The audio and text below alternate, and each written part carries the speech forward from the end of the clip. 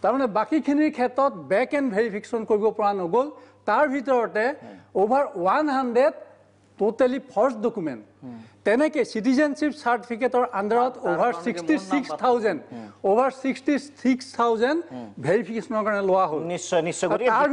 তাৰ ভিতৰত আপুনি শুনি আচৰিত হ'ব তাৰ ভিতৰত 10,000 অনলি 10,000 নহয় 12,000 11,000 ডকুমেণ্টহে ই বেক এণ্ড ভেৰিফিকেশ্যনত ষ্টেণ্ড কৰিলে নিশ্চয় এই পাঁচখনতে একচেপ্ট কৰিলে গোটেই এনআৰচিৰ পাৰপাস কিছু গোটেই very purpose of the NRC updating of NRC we cannot allow we cannot the constitution of India the citizenship act and the rules framed under those citizenship act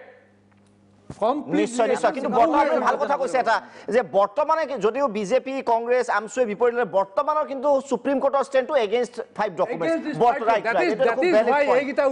বৰ্তমানে এওঁলোক সুপ্ৰিম কোৰ্টৰ এগেইনষ্টে যোৱা যেন দেখা গৈছে ইণ্টাৰিম অৰ্ডাৰ সম্পৰ্কে doctor সমুজ্জ্বল কুমাৰ ভট্টাচাৰ্য ডাঙৰীয়া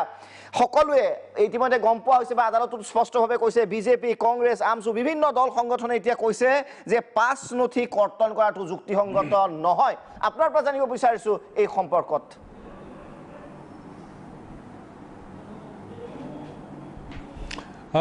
ইতিমধ্যে সন্মানীয় অজিত ভূঞা ডাঙৰীয়াই গোটেই কথাখিনি ব্যাখ্যা দাঙি ধৰিলে তাৰপিছত আমাৰ অধিবক্তা গুৱাহাটী উচ্চ ন্যায়ালয়ৰ জ্যেষ্ঠ অধিবক্তা সত্যেন শৰ্মা ডাঙৰীয়াই কেইটামান কথা বৰ আইনগত কথা কৈছে যে 10টা ডকুমেণ্ট লৈয়ে ক্লেইম অবজেকশ্যন চলাই থাকিব দিছে কোৰ্টে 5টা ডকুমেণ্ট হোল্ড কৰি ৰাখিছে আৰু জগত বৰা ডাঙৰীয়াই গোটেই প্ৰক্ৰিয়াটো সম্পৰ্কত ক'লে আৰু বাকী জয়ন্ত মল্ল বৰুৱা বা আন পেনেলিষ্ট সকলোৰে কথা আমি শুনিলোঁ এটা মূল কথাটো হ'ল যে উচ্চতম ন্যায়ালয়ে এই হাজেলা ডাঙৰীয়াই প্ৰতীক হাজেলা ডাঙৰীয়াই যিখন প্ৰতিবেদন দিলে সেই প্ৰতিবেদনৰ ওপৰত আমাক মতামত দিবলৈ দিছে আচ্ছা আমি সদৌ অসম ছাত্ৰ সন্থাকো নিৰ্দেশ দিছে যে তোমালোকৰ কি অপিনিয়ন আছে দিয়া আমি আমাৰ যিটো মতামত সেইটো আমি এফিডেভিট আকাৰে আমি জমা দিছোঁ এতিয়া সত্যেন শৰ্মা ডাঙৰীয়াই ক'ব পাৰিব যে আমাক কোৰ্টে কৈছে আমাৰ মতামত কোৰ্টক দিবলৈ কোৰ্টক দিয়া মতটো মই ৰাজহুৱা কৰিব পাৰোঁ নে নোৱাৰোঁ সেইটো আকৌ কণ্টেম্প্ট হ'ব নেকি মই নাজানো ক'ব যদি পাৰি মই খোলাখুলিকৈ চব কথা ক'বলৈ মই প্ৰস্তুত আছোঁ কি তাৰ মাজতে কেইটামান কথা মই কৈ ল'ব খুজিছোঁ প্ৰথম কথা হয় কি ক'লে মই শুনা নাই হয় কৈ যাওক ভট্টাচাৰ্য ডাঙৰীয়া হয় আমি শুনি আছোঁ হয় মই কেইটামান কথা মই কৈ থ'ব খুজিছোঁ প্ৰথম কথা যে প্ৰতীক হাজেলা ডাঙৰীয়াই যিখন প্ৰতিবেদন দিছে প্ৰতিবেদন তথ্যভিত্তিক প্ৰতিবেদন আৰু তাত কেইবাটাও কথা কৈছে আৰু জয়ন্ত মল্ল বৰুৱা ডাঙৰীয়াই এটা কথা খুব স্পষ্টকাতৰ কথা এটা কৈছে অতি গুৰুত্বপূৰ্ণ কথা যে অসম গভৰ্ণমেণ্টে যিখন হোৱাইট পেপাৰ দিছে তাত আগতে আগৰ মুখ্যমন্ত্ৰী বি কে নেহৰুৱে কি কয় ইয়াৰ আগৰ মুখ্যমন্ত্ৰীয়ে বহিষ্কাৰ কৰা বিমলা প্ৰসাদ চলিহা বহিষ্কাৰ কৰা মানুহ তেওঁলোক আকৌ ৰি এণ্ট্ৰি হ'লে কি হ'ব চুক্তিত কিন্তু এই কথাটো খুব ক্লিয়াৰকৈ আছে চুক্তি উলংঘা হোৱা নাই অসম চুক্তিৰ 5.7ত কোৱা আছে আগতে বহিষ্কাৰ হোৱা যিসকল লোক অসমত অবৈধভাৱে সোমাইছে তেওঁলোকক বহিষ্কাৰ কৰা হ'ব এনআৰচিত নাম সোমোৱাটো কথা নাই বহিষ্কাৰ কৰাৰ কথা লিখা আছে এতিয়া সেই দফাটো কাৰ্যকৰী কৰা কামটো হ'ল কেন্দ্ৰীয় চৰকাৰ অসম চৰকাৰ বিশেষকৈ অসম চৰকাৰ দায়িত্ব তেওঁলোকৰ নামটো এনআৰচিত সোমাবই নোৱাৰে বহিষ্কাৰ কৰিবলৈ কোৱা কথাটো আছে গতিকে মই ভাবোঁ যে অসম চৰকাৰে সেই সম্পৰ্কত আমাক ফলাফল আমাক দেখুৱাব লাগিব আনটো কথাটো হ'ল যে যিবোৰ কথা এতিয়া প্ৰতীক হাজেলা ডাঙৰীয়া প্ৰতিবেদন আছে এতিয়া কোৰ্টৰ মাজত আছে তাৰ মাজত যদি আমি চুই যাওঁ তাত কেইবাটাও কথা কৈছে তাত মাল্টিপুল লিগেচিত এটা কথা কৈছে সত্যেন শৰ্মা ডাঙৰীয়াই বৰ সৰলকৈ এটা কথা উদাহৰণ দি দেখুৱাই দিলে মই তাত আকৌ কিবা ক'ব লাগে বুলি ভবা নাই কিন্তু ৰিফিউজি চাৰ্টিফিকেট চিটিজেনশ্বিপ চাৰ্টিফিকেট এই সম্পৰ্কতো প্ৰতিবেদনত বৰ তথ্য পাতিৰে বৰ কিছুমান কথা কৈছে এতিয়া মই দুধুৰ মুধুৰত আছোঁ যে সুপ্ৰিম কোৰ্টে আমাক কৈছে আমাৰ মতামত সুপ্ৰিম কোৰ্টত দিবলৈ গতিকে মতামতটো আমি ৰাজহুৱা কৰা উচিত নে অনুচিত এইটো কথা আমাৰ আলোচনাৰ মাজত আহিব কিন্তু মই এটা বেলেগ কথাই আজি ক'ব খুজিছোঁ বেলেগ এটা কথা ক'ব খুজিছোঁ এই কথাটো হ'ল আমি যে কৈ আছোঁ যে 51 চনৰ ৰাষ্ট্ৰীয় নাগৰিকপঞ্জী বা 71 চনলৈকে অহা ভোটাৰ তালিকা refugee certificate citizenship certificate ration card এই 5টা ডকুমেণ্ট হোলকৈ ৰাখিছে ৰেচন কাৰ্ডৰ কথাটো নাহে কাৰণ ৰেচন কাৰ্ডখন মূল ডকুমেণ্ট নহয় এখন ছাপ্লিমেণ্টাৰী ডকুমেণ্ট এখন কথা নাহেই বাকী 4টা ডকুমেণ্ট হোল্ড কৰি ৰাখিছে সুপ্ৰিম কোৰ্টে আৰু ইতিমধ্যে এমাহ ক্লেইম এণ্ড অবজেকশ্যন 10টা ডকুমেণ্টৰ চলাব দিছে আৰু এতিয়া পাৱাৰ পইণ্ট প্ৰেজেণ্টেশ্যন হ'ল চেণ্ট্ৰেল গভৰ্ণমেণ্ট কেন্দ্ৰীয় চৰকাৰ অসম চৰকাৰ বিষয়াসকলক পাৱাৰ পইণ্ট প্ৰেজেণ্টেশ্যন দিব দিলে যে এখন ৰিপৰ্টত কি আছে বুজাই দিয়া এতিয়া সমন্বয়কগৰাকীয়ে বুজাই দিছে বুজাই দিয়াৰ পিছত অসম চৰকাৰ ৰাজহুৱাকে কৈছে আমি প্ৰতিবেদন বুজিলোঁ আমি সন্তুষ্ট কিন্তু আমি 15 হৈয়ে কম মই দূৰদৰ্শনত দেখা মই বাতৰি পঢ়ি পেলাই কৈছোঁ অসম চৰকাৰ তাত মুখপাত্ৰই কৈছে যে আমি সন্তুষ্ট আমাৰ প্ৰেজেণ্টেশ্যন আমি সন্তুষ্ট কিন্তু আমি 15 কথাই কম সন্তুষ্ট যদি হয় 15 কেনেকৈ কয় মই কিন্তু বুজি নাপালোঁ সেইটো চৰকাৰে ক'ব অৱশ্যে আমি কোৰ্টত আমি জানিব পাৰিম চেণ্ট্ৰেল গভৰ্ণমেণ্টৰ মতামত আমি জানিব পৰা নাই এতিয়ালৈকে কিন্তু আন এটা কথা হ'ল যে এটা নতুন মই কথাই ক'ব খুজিছোঁ এই কথাটো হ'ল যে আমি কৈ আছোঁ যে আমাৰ অসমত কৈ থাকে যে সকলো এজনো ভাৰতীয় নাগৰিকৰ নাম বাদ পৰিব নালাগে বিদেশী নাম মুক্ত NRC হ'ব লাগে কিন্তু কোনেও নকয় যে এজনো বাংলাদেশীৰ নাম সোমাব নোৱাৰে NRCত এই কথাটো কিন্তু ৰাজনৈতিক দলসমূহৰ পৰা আমি খুব বলিষ্ঠভাৱে কিন্তু শুনিবলৈ পোৱা নাই আজি জয়ন্ত মল্ল বুঢ়া ডাঙৰীয়াই কিন্তু কৈছে যে হয় এজনো বাংলাদেশীৰ নাম সোমাব নোৱাৰে এইটো স্পিৰিট যদি চৰকাৰে অসম চৰকাৰে যদি কেৰি কৰে কৰি আনি আমি ভাল পাম আৰু মই ভাবোঁ যে আজি আলোচনাত এটা স্পষ্ট বাৰ্তা দিব লাগে যে অবৈধ বিদেশী ফ্ৰেণ্ডলি বিদেশী নাগৰিকক তোষামোদ কৰা আমাৰ বাৰ্তা বন্ধ কৰি দিব লাগে ভাৰতীয় নাগৰিকৰ নামৰ কাৰণেতো ৰাষ্ট্ৰীয় নাগৰিকপঞ্জী ভাৰতীয় নাগৰিকৰ নাম সহায়তো ৰাষ্ট্ৰীয় নাগৰিকপঞ্জী হ'ব কিন্তু উন্নীত ৰাষ্ট্ৰীয় নাগৰিকপঞ্জী এজনো বাংলাদেশীৰ নাম সোমাব নোৱাৰিব সেই কথাটোহে শক্তিশালী বাৰ্তা দিয়াটো উচিত আৰু আমি আৰম্ভণি বা ছাত্ৰহঁতে কৈ আছোঁ যে এজনো সকলো বিদেশী নাগৰিকে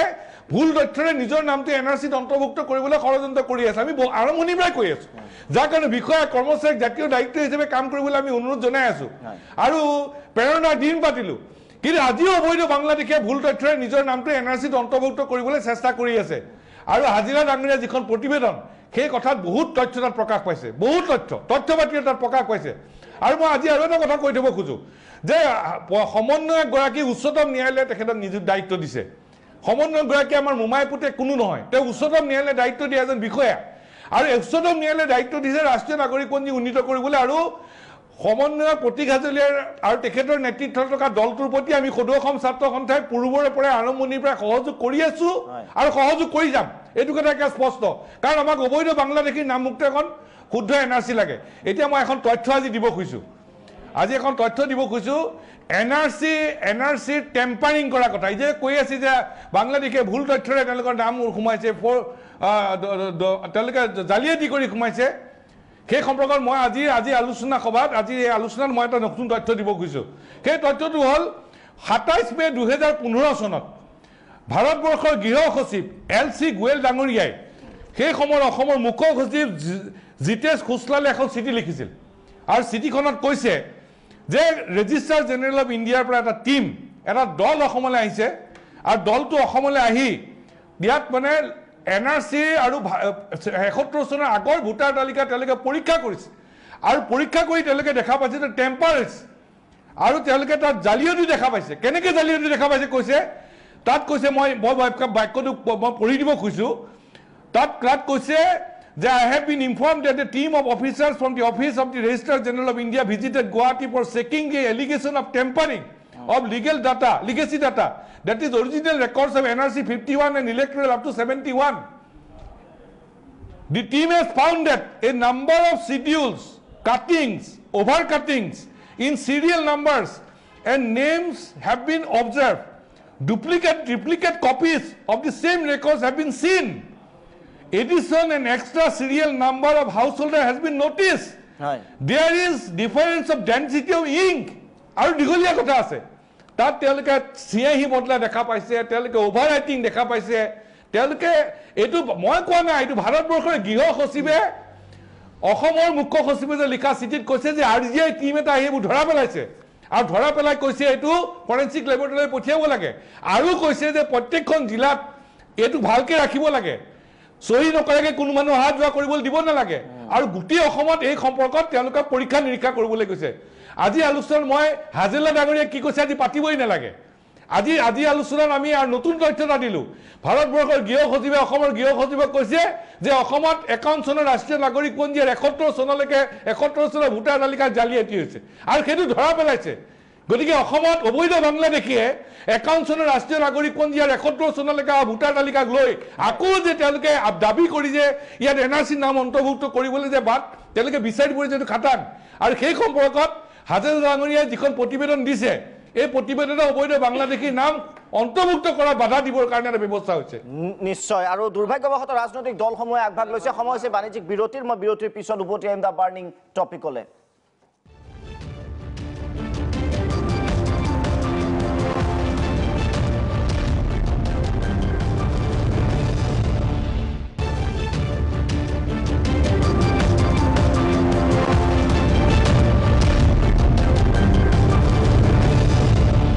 উভতি আহিছোঁ বিৰতিৰ পিছত দা বাৰ্নিং টপিকলৈ অজিত কুমাৰ ভূঞা ডাঙৰীয়া আপোনাৰ ওচৰলৈ যাব বিচাৰিছোঁ বিজেপিয়ে ক'ব বিচৰা নাই কাৰণ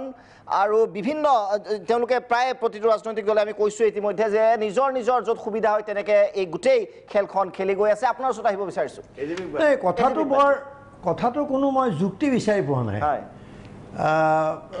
সমুঞ্জল ভট্টাচাৰ্যই এটা সন্দেহ প্ৰকাশ কৰিলে কিন্তু মই ভাবোঁ যে এই বিষয়টো খুব মুকলিকৈ আলোচনা হৈছে আৰু যি পাৱাৰ পইণ্ট প্ৰেজেণ্টেশ্যনৰ আগতেও বিভিন্ন সময়ত সুপ্ৰিম কোৰ্টক কেন্দ্ৰ কৰি বা NRC কেন্দ্ৰ কৰি নানান ধৰণৰ কথা কোৱা হৈছে আনকি এটা সময় যেতিয়া আমি এইটো আহ্বান জনাইছিলোঁ যে অসমৰ পৰিস্থিতিলৈ চাই এখন শুদ্ধ NRCৰ স্বাৰ্থত কিছুমান কথা ক'ব নালাগে কিন্তু ৰাজনৈতিক দলবিলাকে নিজৰ নিজৰ এজেণ্ডাত কথাবোৰ কৈয়ে আছে আনকি NRCৰ বিৰুদ্ধে বন্ধ পৰ্যন্ত অসমত দিয়া হৈছে কিন্তু মুখ্যমন্ত্ৰীয়ে যেতিয়া কৈছিলে যে আমি NRCৰ বিৰোধিতা কৰা হ'লে ব্যৱস্থা ল'ম একো কৰিব পৰা নাই আৰু শাসক দলৰে নেতাই নিতেও কথা কৈ আছে NRCক কেন্দ্ৰ কৰি হিন্দু নাগৰিকত্ব যিখন বিধেয়কক কেন্দ্ৰ কৰি অসম জ্বলি আছে আৰু বেছিকৈ জ্বলিবলৈ গৈছে সাম্প্ৰদায়িক সংঘৰ্ষৰ বাতাবৰণ সৃষ্টি কৰা হৈছে ইয়াত কি এইবোৰ কি বন্ধ আছে নেকি নিজৰ নিজৰ ৰাজনৈতিক স্বাৰ্থত নিজৰ মুনাফাৰ স্বাৰ্থত নিৰ্বাচনৰ স্বাৰ্থত ভোট বেংকৰ স্বাৰ্থত অসমত এটা সাম্প্ৰদায়িক সংঘৰ্ষৰ ফালে লৈ যোৱা হৈছে কাৰো মুখত কোনো লেকাম নাই কোনেও কাকো নিয়ন্ত্ৰণ কৰিব পৰা নাই মানুহে ভাবিবলৈ বাধ্য হৈছে যে আচলতে ইয়াত এটা উদ্দেশ্য লৈ পেলাই এটা কাৰ্যসূচী লৈ পেলাই কামবোৰ কৰি থকা হৈছে সেই সময়ত সুপ্ৰিম কোৰ্ট ক'লৈ গ'ল সুপ্ৰিম কোৰ্টেতো বহুত কথা কৈছে সুপ্ৰিম কোৰ্টত এতিয়া তেওঁলোকে কোনো কাকো গুৰুত্ব দিয়া নাই গতিকে মই কৈছোঁ যে এতিয়া এটা অচিলা লৈ পেলাই কাইলৈ আলোচনা হ'ব পৰহিলৈ আলোচনা হ'ব সেইকাৰণে আমি আজি ইয়াত ক'বলৈ এই কথাটো মই ভাবোঁ সত্যেন শৰ্মাই বেছি জানিব এগৰাকী জ্যেষ্ঠ অধিবক্তা আছে কিন্তু মই মোৰ সাধাৰণ জ্ঞানেৰে যিটো বুজিছোঁ যে আজি এইবোৰ কথা তেওঁলোকে কৈয়ে আছে বিভিন্ন সভা সমিতিত কৈছে আলোচনাত কৈছে তেওঁলোকৰ ভিতৰুৱা হেৰিয়াত কৈছে লিখিছে গোটেই অসমৰ বাতাবৰণ তেওঁলোকে বিনষ্ট কৰি পেলাইছে ৰাজনৈতিক দলবিলাকে সেইকাৰণে মই আৰম্ভণিতে কৈছোঁ যে এই ৰাজনীতিত সোমাই পৰিছে আজি গোটেই বঙালী অসমীয়াৰ সংঘৰ্ষ হ'বলৈ গৈছে অসমত সাম্প্ৰদায়িক সংঘৰ সূচনা কৰিব খোজা হৈছে তাৰপিছত এই কথাটোৰ কোনো যুক্তি নাই তেওঁলোকে এইটো ক'ব নালাগে যে আমি এফিডেভিটখন আমি পঢ়ি দিবলৈ কোৱা নাই কিন্তু তেওঁলোকৰ অবজাৰভেশ্যন তেওঁলোকৰ পৰ্যবেক্ষণ যে 5খন নথিৰ ওপৰত তেওঁলোকে কি যুক্তিত ইয়াৰ বিৰোধিতা কৰিছে কথাটো অসমৰ ৰাইজক ক'ব লাগে এই কথাটো যেতিয়া আমি ফৰ্মেলি আনুষ্ঠানিকভাৱে ক'বলৈ কওঁ তেতিয়াই তেওঁলোকে এই ধৰণৰ কিছুমান তেওঁলোকে বাহানা লয় কিন্তু ইয়াৰ পিছত যেতিয়া তেওঁলোকে সভা কৰিব কথা পাতিব বিভিন্ন ঠাইত ক'ব ষ্টেটমেণ্ট দিব তেতিয়া কিন্তু তেওঁলোকে কালৈকো পৰোৱা নকৰে সেইকাৰণে মই কৈছোঁ যে এই কথাটো স্পষ্টকৈ আলোচনা হ'ব লাগে আৰু এইটো কোনো কণ্টেম্পটৰ কথা থাকিব নালাগে সত্যেন শৰ্মাই মানি ল'ম মই যিটো ক'ব কিন্তু মই ভাবোঁ ইয়াত কণ্টেম্পটৰ কি কথা থাকিব বাৰু তেওঁলোকৰ অবজাৰ্ভেশ্যন সমৰ্থন কিয় কৰে নম্বৰতে আৰু মই এইটো কৈছোঁ দীপক যে ইয়াৰ আগতে আমি 5খন নথি লৈ পেলাই বহুত আলোচনা কৰিছোঁ ইয়াত 5খন নথি লৈ সমুঞ্জল ভট্টাচাৰ্য সত্যেন শৰ্মা আছে এইটো আলোচনাত বহুত আলোচনা কৰিছোঁ ইয়াৰ আগতেও 5খন নতুন কথা আজি নহয় পাৱাৰ পইণ্ট প্ৰেজেণ্টেশ্যনৰ কথা নহয় ইয়াৰ আগতেও 5খন নথি লৈ বহুত আলোচনা হৈছে আৰু মই সমুঞ্জল ভট্টাচাৰ্যক সুধিব খুজিছোঁ যে যেতিয়া কেবিনেট মানে NRCক লৈ যেতিয়া কেবিনেট সাব কমিটি কৰা হৈছিলে ভূমি বৰ্মনৰ নেতৃত্বত আৰু তাৰপিছত পিঠি মাঝিৰ নেতৃত্বত তেতিয়া সদৌ অসম ছাত্ৰ সন্থাই কি যুক্তিত 15খন নথি সমৰ্থন কৰিছিলে তেতিয়া কিন্তু ছাত্ৰ সন্থাই সমৰ্থন কৰিছিলে যে 15খন নথি প্ৰয়োজন আছে মানি লৈছিলে সেইকাৰণে আজি কথাবোৰ স্পষ্ট কৰিব লাগিব আমি ইয়াত সময় খৰচ কৰিবলৈ এনেই অহা নাই আমি অসমৰ এটা জ্বলন্ত সমস্যাৰ তাত এটা আমি উত্তৰ বিচাৰিছোঁ আমি ষড়যন্ত্ৰবোৰ উদঙাই দিব খুজিছোঁ ৰাইজৰ ওচৰত সেইকাৰণে আমি এই আলোচনা অনুষ্ঠিত কৰিছোঁ মই আৰম্ভণিতে কৈছোঁ নিশ্চয় ডক্টৰ সমুঞ্জল কুমাৰ না সমুঞ্জল কুমাৰ ভট্টাচাৰ্যৰ কাৰণে প্ৰশ্ন এটা যিহেতু আছে মই ভট্টাচাৰ্যৰ কাৰণে পুনৰ আপোনাৰ ওচৰলৈ গৈছোঁ প্ৰশ্নটো স্পষ্ট আপুনি নিশ্চয় শুনিব পাৰিছে এটা সময়ত 15খন নথি সমৰ্থনত আছিল আজি বিৰোধিতা কিয় আৰু কিহৰ বাবে বিৰোধিতা ক'ব পাৰে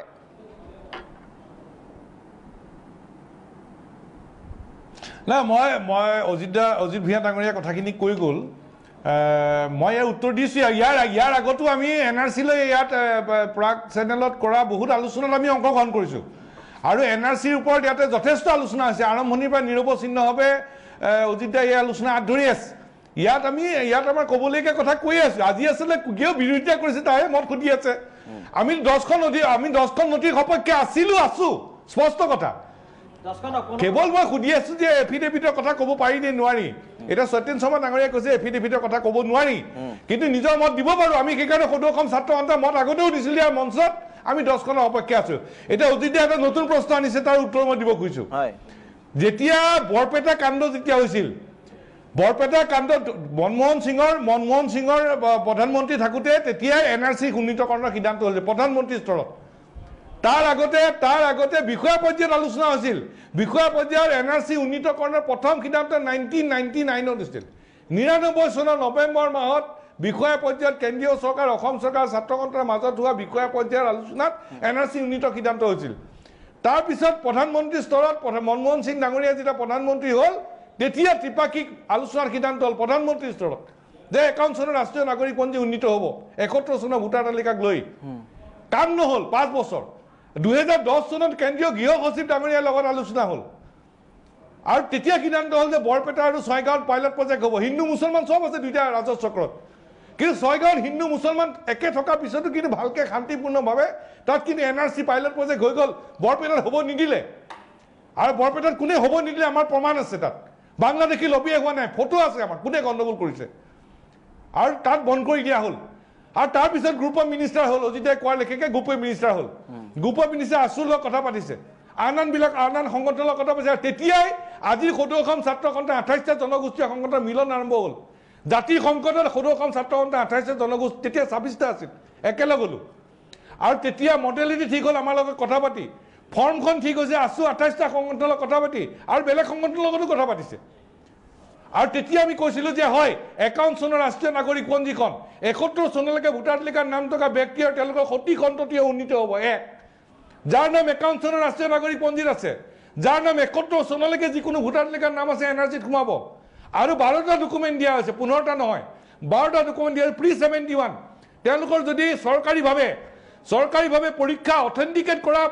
12টা ডকুমেণ্ট প্ৰি 71 অসম চুক্তি মৰ্মে সেইকেইটা ডকুমেণ্ট থাকিলে নাম সোমাব তাত কোনো ভুল নাছিল সেইটো শুদ্ধ আৰু তাৰ মৰ্মে আজি যে উচ্চতম ন্যায়ালয়ৰ তদাৰকত যে কামটো চলি আছে এই যে আবেদন কৰিলে 3,29,00,000 মানুহে আবেদন কৰিছে কিহৰ ভিত্তিত 51 চনৰ ৰাষ্ট্ৰীয় নাগৰিকপঞ্জী যাৰ আছে 71 চনলৈকে যাৰ ভোটাৰ তালিকাৰ নাম আছে আৰু 71ৰ আগৰ 12টা ডকুমেণ্ট যাৰ আছে তেওঁলোকে আবেদন কৰিব পাৰিছে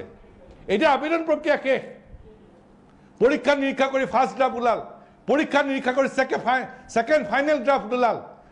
এতিয়া ক্লেইমছ আৰু অবজেকশ্যনৰ সময়ত এই ফাইনেল ড্ৰাফ্ট দিয়াৰ সময়ত তেতিয়া ওলাল যে 51 চনৰ ৰাষ্ট্ৰীয় নাগৰিকপঞ্জী আৰু 71 চনলৈকে থকা ভোটাৰ তালিকা ৰিফিউজি চাৰ্টিফিকেট আৰু চিটিজেনশ্বিপ চাৰ্টিফিকেট জালিয়াতি হৈছে সন্মানীয় অজিত ভূঞা ডাঙৰীয়াক ক'ব খোজোঁ প্ৰি 71 আৰু প্ৰি 71 যিকেইটা 12টা ডকুমেণ্ট তাত 10টা ডকুমেণ্ট আজি প্ৰযোজ্য হৈ আছে সেই 10টা ডকুমেণ্ট মতে এতিয়া দাবী আপত্তি চলি আছে গণ্ডগোল হৈছে 4টাত ৰেচন কাৰ্ড বাদ দিলোঁ গণ্ডগোল হৈছে 4টা 51 চনৰ ৰাষ্ট্ৰীয় নাগৰিকপঞ্জী 71 চনলৈকে চলা ভোটাৰ তালিকা ৰিফিউজি চাৰ্টিফিকেট চিটিজেনশ্বিপ চাৰ্টিফিকেট এই 4টাত গণ্ডগোল হৈছে আৰু বাকী 10টা ক্লেইম অবজেকশ্যন চলি আছে আৰু মই আজি আলোচনাত আকৌ এখন নতুন ডকুমেণ্ট দি দিলোঁ কেন্দ্ৰীয় গৃহ সচিবে অসমৰ মুখ্য সচিবক দি কৈছে যে ইয়াত 51 চনৰ ৰাষ্ট্ৰীয় নাগৰিকপঞ্জী টেম্পাৰিং হৈছে 71 চনৰ ভোটাৰ তালিকা টেম্পাৰিং হৈছে অভাৰ ৰাইটিং হৈছে CIE বদলাই দিয়া হৈছে পৰীক্ষা কৰিব লাগে গতিকে এই 4টা ডকুমেণ্ট দি যাতে অবৈধ বাংলাদেশী সোমাব নোৱাৰে তাৰ কাৰণে সমন্বয় প্ৰতীক হাজৰিকাই কৈছিল নহয় 4টা ডকুমেণ্ট ল'ব নালাগে সমৰ্থন কৰিছোঁ আমি অবৈধ বাংলাদেশী যিটো ৰাস্তাই দি নিজৰ নামটো ৰাষ্ট্ৰীয় নাগৰিকপঞ্জীত সোমাব নোৱাৰিব ৰিফিউজি চাৰ্টিফিকেট আৰু ভেৰিয়েণ্ট এইবিলাকৰ বেক এণ্ড হ'ব লাগে অৰ্থাৎ উৎসৰ লগত পৰীক্ষা হ'ব লাগে উৎসৰ লগত কিন্তু পৰীক্ষা হোৱা নাই কাৰণ উৎস নায়েই আৰু বহুত প্ৰাইভেট এজেঞ্চিয়ে এতিয়া ৰিফিউজি চাৰ্টিফিকেট দিছে নাম ইতিমধ্যে ওলাইছে Goalpara district refugee federation all Assam refugee association Barpeta এইবোৰ প্ৰাইভেট অৰ্গেনাইজেশ্যনে কেনেকৈ দিব পাৰে গতিকে নালাগে চিটিজেনশ্বিপ চাৰ্টিফিকেট সম্পৰ্কটো একেই উৎসৰ লগত পৰীক্ষা হ'ব লাগিব পৰীক্ষা হোৱা নাই আৰু এটা কথা পত্ৰিকা কাকতত ওলাইছে বাংলাদেশত থাকিও ৰাষ্ট্ৰীয় নাগৰিকপঞ্জী উন্নীতকৰণৰ কাৰণে আবেদন কৰি ARN নম্বৰ পাইছে প্ৰতীক হাজেলা ডাঙৰীয়া তেওঁলোকৰ টীমটোক মই ধন্যবাদ জনাইছোঁ যে তেখেতসকলে অনুসন্ধান কৰিব ধৰা পেলাইছে হয় তেওঁলোকে 51 চনৰ ৰাষ্ট্ৰীয় নাগৰিকপঞ্জী 71 চনলৈকে থকা ভোটাৰ তালিকা refugee certificate with variant citizenship certificate ভুৱা দি পেলাই তেওঁলোকে আবেদন কৰাসকলক ধৰা পেলাইছে আৰু সেইকাৰণে কৈছে যে দিব নালাগে আৰু সেইকাৰণে আমি 10খন ডকুমেণ্টৰ সমৰ্থনকাৰী আৰু আমি স্পষ্টকৈ ক'ব পাৰোঁ যে অবৈধ বাংলাদেশীৰ নাম কোনো কাৰণত যদি ৰাষ্ট্ৰীয় নাগৰিকপঞ্জীত সোমাব নোৱাৰে তাৰ কাৰণেহে তাত ফলপ্ৰসূ ব্যৱস্থা ল'ব লাগে আধা মিনিটৰ মই আৰু এটা কথা ক'ম ইতিমধ্যে লেগেচি ডাটা দিয়া হৈছে কিমান দিয়া হৈছে 2 কোটি লেগেচি ডাটা আছে অসমৰ মানুহে 1 কোটি 1.5 ক্ৰ'ৰ্ছ 1 কোটি 50 লাখ মানুহে লেগেচি ডাটা ল'লে ব্যৱহাৰ কৰিছে 40 লাখে অৰ্থাৎ 1 কোটি 1 লাখ মানুহৰ হাতত লেগেচি ডাটা এতিয়াও আছে ইচ্ছা কৰিলে অবৈধ বাংলাদেশীয়ে 1 কোটি 1 লাখ অবৈধ বাংলাদেশীয়ে তথ্য অপব্যৱহাৰ কৰিব আৰু সেইকাৰণে 4টা ডকুমেণ্ট ব্যৱহাৰ কৰিব নালাগে নিশ্চয় অতি স্পষ্ট মতামত নহয় সত্যেন শৰ্মা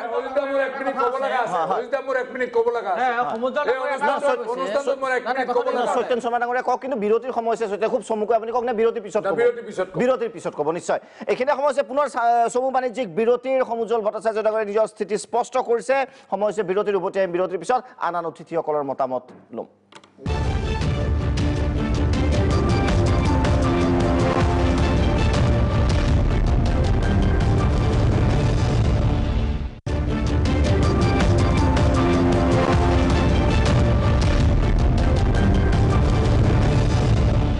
উভতি আহিছোঁ পুনৰ বিৰতিৰ পিছত সত্যেন শৰ্মা ডাঙৰীয়া পোনপটীয়াকৈ আপোনাৰ ওচৰত যাব বিচাৰিছোঁ অজিত দা আৰু সমুজ্জ্বল ভট্টাচাৰ্যই যিখিনি কথা মোৰ তাৰে ওপৰত অলপ মই ক'ব লগা এইখিনিয়ে কথা হয় জয়ন্ত মল্ল বৰুৱা আজি মই ভাল পালোঁ যে ৰাজনীতিৰ ঊৰ্ধত থাকি তেওঁ অসমীয়া জাতিৰ কাৰণে কথা কৈছে আজি তেওঁ ভাৰতীয় জনতা পাৰ্টিৰ কিবা ষ্টেণ্ড হয়নে নহয় মই নাজানো আজি যিটো জয়ন্ত মল্ল বৰুৱাই কথা কৈছে মই ধন্যবাদ জনাইছোঁ মই অজিত ভূঞা সমুজ্জ্বল ভট্টাচাৰ্য দীপক দাস বৰা আমি যদি অসমীয়াখিনিয়ে অসমৰ এনআৰচিক লৈ কথা পাতিব নোৱাৰোঁ তে কি মমতা বেনাৰ্জী আৰু বিপ্লৱ দেৱে তাতে কথা পাতিব নেকি অসমৰ এনআৰচিক লৈ আমি কিয় নাপাতিম অসমৰ এনআৰচিক লৈ কথা সদৌ অসম ছাত্ৰ সন্থাৰ এফিডেভিটখন পঢ়িব নালাগে কিন্তু সদৌ অসম ছাত্ৰ সন্থাৰ ষ্টেণ্ড কি সেইটো অসমৰ মানুহে কিয় জানিব নোৱাৰিম আমি জানিম আমাক ক'ব সমুজ্জ্বল ভট্টাচাৰ্যই ক'ব আমি শুনিম আৰু আমি আশ্বস্ত হ'ম অসমীয়া মানুহ আশ্বস্ত হ'ম যে আমাৰ কাৰণে যুঁজিবৰ কাৰণে এটা দল আছে এটা জাতীয় সংগঠন আছে আৰু মোক সেইটো লাগে মোৰ কথাটো হ'ল যে বাকীবিলাকে যেনেকৈ কৈ আছে যে এনআৰচি তমুক লাগে তাৰে বিৰুদ্ধে কৈ যে সদৌ অসম ছাত্ৰ সন্থাই যে জাতীয় স্বাৰ্থৰ কাৰণে যে মাত মাতিছে সেই কথাটো কিয় নক'ব সদৌ অসম ছাত্ৰ সন্থাই আৰু সেইটোত কিহৰ কণ্টেমৰ কথা আছে মই অজিত ভূঞা সমুজ্জ্বল ভট্টাচাৰ্য আমি অসমীয়াবোৰে যদি আমি অসমৰ এনআৰচিখন লৈ কথা পাতিব নোৱাৰোঁ তেতিয়াহ'লে মমতা বেনাৰ্জীয়ে কেনেকৈ অপেনলি মিটিঙত কথা কয় শিলাদিত্যই কেনেকৈ অসমত কথা কয় চিঞৰি আমি কিয় ক'ব নোৱাৰিম অসমৰ এনআৰচিক লৈ পেলাই কথা তেনেহ'লে আমি কম আৰু কৈ থাকিম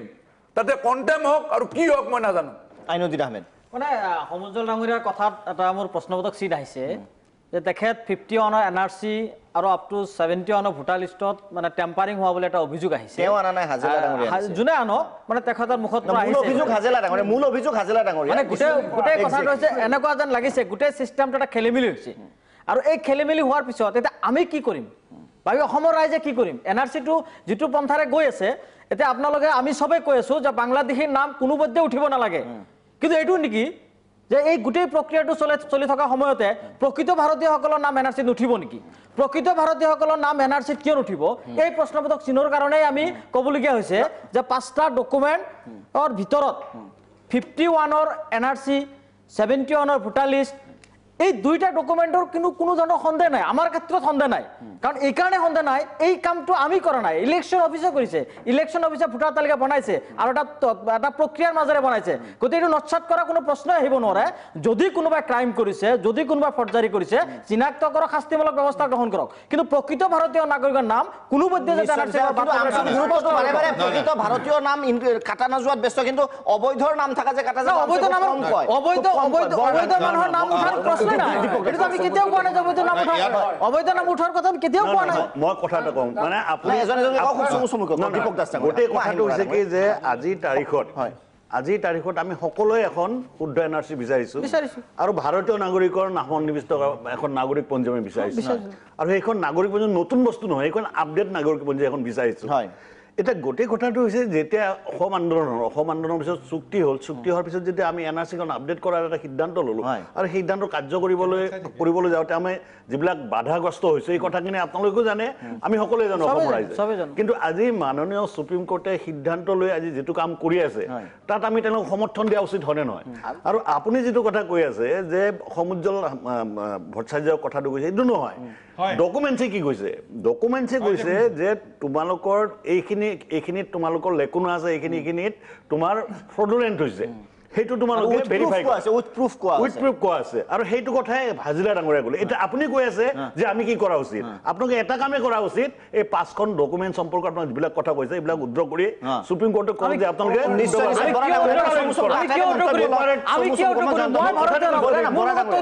শুদ্ধ। মই তাকে কৈ আছো, আপুনি সুধছেতো বোলে আমি কি কৰা উচিত। মই এটাকেইজনৰ কথা শুনিছোঁ আৰু ভাল লাগিছে যে আমি মোটামুটি এটা সহমতত উপনীত হৈছোঁ যে এখন আমাক এৰৰ ফ্ৰী NRC লাগে। কিন্তু এইটো কৰিবলৈ যাওঁতে ৰাজনীতিৰ ওপৰত ঊৰ্ধত আমি উঠিব পাৰিব লাগিব।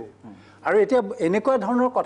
কথা বতৰাবোৰ অসমত দেখা গৈছে, বিভিন্ন দল সংগঠন ৰাজনৈতিক দলবিলাকে কৈ আছে, যাৰ দ্বাৰা অনুমান কৰিব পাৰি, আশংকা কৰিব পাৰি যে গোটেই NRC প্ৰক্ৰিয়াটো বিনষ্ট কৰি পেলাই ইয়াক যাতে মানে নোহোৱে কৰি দিব পৰা যায়। সেইটো কৰিলে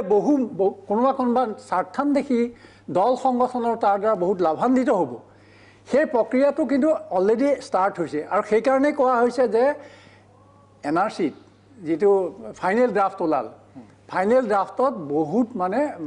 অবৈধ মানুহৰ তাত নাম সোমাই গ'ল, তাত বহুত ভুল ভ্ৰান্তি হৈছে। গতিকে সুপ্ৰিম কোৰ্টে 10% ৰেণ্ডম চেকৰ কাৰণে কৈছে। কিন্তু এতিয়া বিভিন্ন দল সংগঠন কৈ আছে, আমি শুনিছোঁ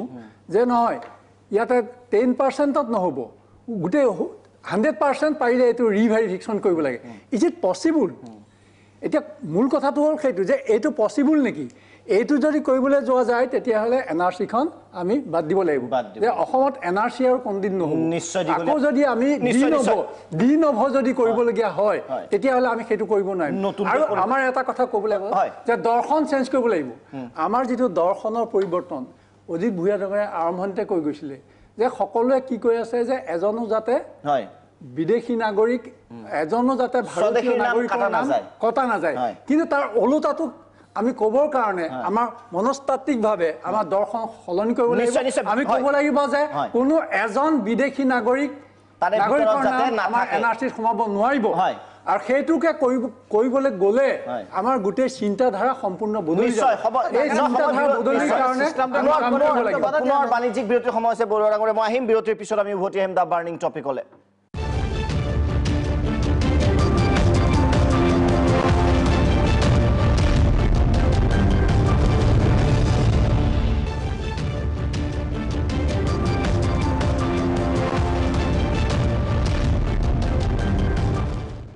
উভতি আহিছোঁ বিৰতিৰ পিছত। জয়ন্ত মল্ল বৰুৱা ডাঙৰীয়া, সময় কম আছে, শেষ মন্তব্য হিচাপে কি ক'ব? শেষ মন্তব্য এইটোৱে যে NRCখন শুদ্ধ হোৱাটো সকলোৱে বিচাৰে। আৰু এই NRCখনত যে ভুল আছে, আমি এইটো কথা কৈছোঁ আগৰ যিমান SK সিনহাৰ ৰিপৰ্টৰ পৰা যি ৰিপৰ্ট আমি আগতে মানে অসমৰ বিদেশী নাগৰিকৰ সমস্যাক লৈ বিভিন্ন সময়ত যি ৰিপৰ্ট দিয়া গৈছে, এই NRCখন প্ৰস্তুত হোৱাৰ পিছত আমি সেই সন্দেহ কৰাৰ থল আছে। কাৰণ মানকাছাৰত যেতিয়া 94% হ'ব, 93 পইণ্ট কিবা চামথিং হ'ব, আৰু কাৰ্বি আংলঙত 57 হ'ব, তেতিয়া আমাৰ সন্দেহ কৰাৰ থল থাকিব। কাৰণ ইয়াত সন্দেহৰ আচল কাৰণ এইটো। গতিকে আমি সন্দেহ কৰিছোঁ, আৰু সেইকাৰণে এইটো কথাই হ'ব লাগে যে ইয়াত কোনো এজন মানে বিদেশী নাগৰিকৰ নাম সোমাব নোৱাৰে। তাৰ কাৰণে আজি সমুজ্জ্বল দাই এটা ডাঙৰ তথ্য কৈছে, যদি এনেকুৱাকৈ 71 আৰু 51ৰ মানে ভোটাৰ তালিকাত টেম্পাৰিং হৈছে বা চিটিজেনশ্বিপ টেম্পাৰিং হোৱা কথা লিখিছে মানে কেন্দ্ৰীয় গৃহ সচিবে চিফ ছেক্ৰেটাৰী লিখিছে, এইটো বৰ ডাঙৰ কথা। আৰু এনেকুৱা টেম্পাৰিং হ'লেতো এইবিলাক মানুহৰ নাম সোমাই গ'ল। ধন্যবাদ, সময় কম আছে। ডক্টৰ সমুজ্জ্বল কুমাৰ ভট্টাচাৰ্য ডাঙৰীয়া, আপোনাৰ ওচৰলৈ আহিব, শেষ মন্তব্য। নহয়, আমাৰ উচ্চতম ন্যায়ালয়ৰ ওপৰত আমাৰ সম্পূৰ্ণ বিশ্বাস আছে, আৰু উচ্চতম ন্যায়ালয়ৰ নিৰৱচ্ছিন্ন তদাৰকৰ কাৰণে NRC কাম হৈ আছে। আৰু আমাৰ দৃঢ় বিশ্বাস, উচ্চতম ন্যায়ালয়ৰ নিৰৱচ্ছিন্ন তদাৰকত আমি অবৈধ বাংলাদেশীৰ নামমুক্ত এখন শুদ্ধ NRC পাম। প্ৰদীপ হাজেলা ডাঙৰীয়াই তথ্য পাতিৰে অবৈধ বাংলাদেশীয়ে কেনেকৈ নাম সোমাব পাৰে আৰু কেনেকৈ বন্ধ কৰিব পাৰে তাৰ কথা তাৰ উপায় দেখুৱাইছে বাংলাদেশত থাকিও ইয়াত আবেদন কৰিব পাৰিছে বন্ধ কৰিছে দেখুৱাই দিছে আৰু সেইকাৰণে সমন্বয়ক প্ৰদীপ হাজেলা আৰু তেখেতৰ দলটোৰ প্ৰতি আমি আগৰ পৰা সহযোগ কৰি আছোঁ আৰু সহযোগ কৰি যাম আৰু ইতিমধ্যে উচ্চতম ন্যায়ালয়ে 10% চেম্পল ভেৰিফিকেশ্যনৰ কথা কৈছে সেইটো কৰিলে অবৈধ বাংলাদেশী ক'ত ক'ত আছে আমি দেখা পাম আৰু উচ্চতম ন্যায়ালয়ৰ নিৰ্দেশক্ৰমে বাংলাদেশী নাম কৰ্তনৰ উপায় ওলাব চতুৰ্থ কথাটো হ'ল যে অসম চৰকাৰ কেন্দ্ৰীয় চৰকাৰে এতিয়া উচ্চতম ন্যায়ালয়ৰ তদাৰকত চলি থকা কামটোত সহযোগ কৰিব লাগে যাতে আমি বাংলাদেশী নামমুক্ত শুদ্ধ এনআৰচি পাব পাৰোঁ নিশ্চয় সহযোগিতাৰ প্ৰয়োজন অজিত কুমাৰ ভূঞা ডাঙৰীয়া শেষ কৰি এডিটৰ্ছ ভিউৰে NRCৰ প্ৰসংগত এটা অতি গুৰুত্বপূৰ্ণ পৰ্যায়ত আমি ভৰি দিছোঁহি হয় আমি সকলোৱে কৈছোঁ যে একমাত্ৰ ভৰসা আমাৰ সুপ্ৰিম কোৰ্ট যদিও আশা কৰিছে সকলোৱে মই কিন্তু আশা নকৰোঁ যে অসম চৰকাৰে আৰু ভাৰত চৰকাৰে যাৰ হিন্দুত্বই মানে মূল এজেণ্ডা যে তেওঁলোকে যে এখন শুদ্ধ নাগৰিক বিচাৰিছে এইটো মই কেতিয়াও বিশ্বাস নকৰোঁ গতিকে সুপ্ৰিম কোৰ্টৰ ওপৰত আমাৰ ভৰসা আৰু সুপ্ৰিম কোৰ্টৰ কথাৰে মই ক'ব খুজিছোঁ যে কোনো ৰাজনৈতিক দলে এই গোটেই কথাবিলাকৰ ভিতৰলৈ সোমাই যোৱা নাই এতিয়াও মই নাভাবোঁ যে পাৱাৰ পইণ্ট প্ৰেজেণ্টেশ্যনৰ গোটেই কথাবোৰ যে খুটি নাটি তেওঁলোকে চাইছে বা তথ্যবোৰ চালি যাই চাইছে মনে ধৰা নাই গতিকে সুপ্ৰিম কোৰ্টৰ কথাই মই ক'ব খুজিছোঁ যে বিষয়টোৰ গভীৰতালৈ সোমাওক আৰু ইয়াক গুৰুত্ব দিয়ক আৰু এখন শুদ্ধ ভোটাৰ তালিকাৰ শ্লোগান এৰি আপোনালোকে প্ৰকৃততে এখন শুদ্ধ NRCৰ কাৰণে চেষ্টা কৰক নিশ্চয় শুদ্ধ NRC নোহোৱালৈ প্ৰাগ নিউজেও প্ৰতিটো বিষয় আপোনালোকৰ বিষয়ৰে লৈ আহিব আৰু আমি আলোচনা কৰিম প্ৰতিটো আপডেট এতিয়া অপেক্ষা 1 নৱেম্বৰলৈ কি কয় আদালতে মই দীপক শৰ্মাই দা বাৰ্নিং টপিকৰ পৰা বিদায় লৈছোঁ ধন্যবাদ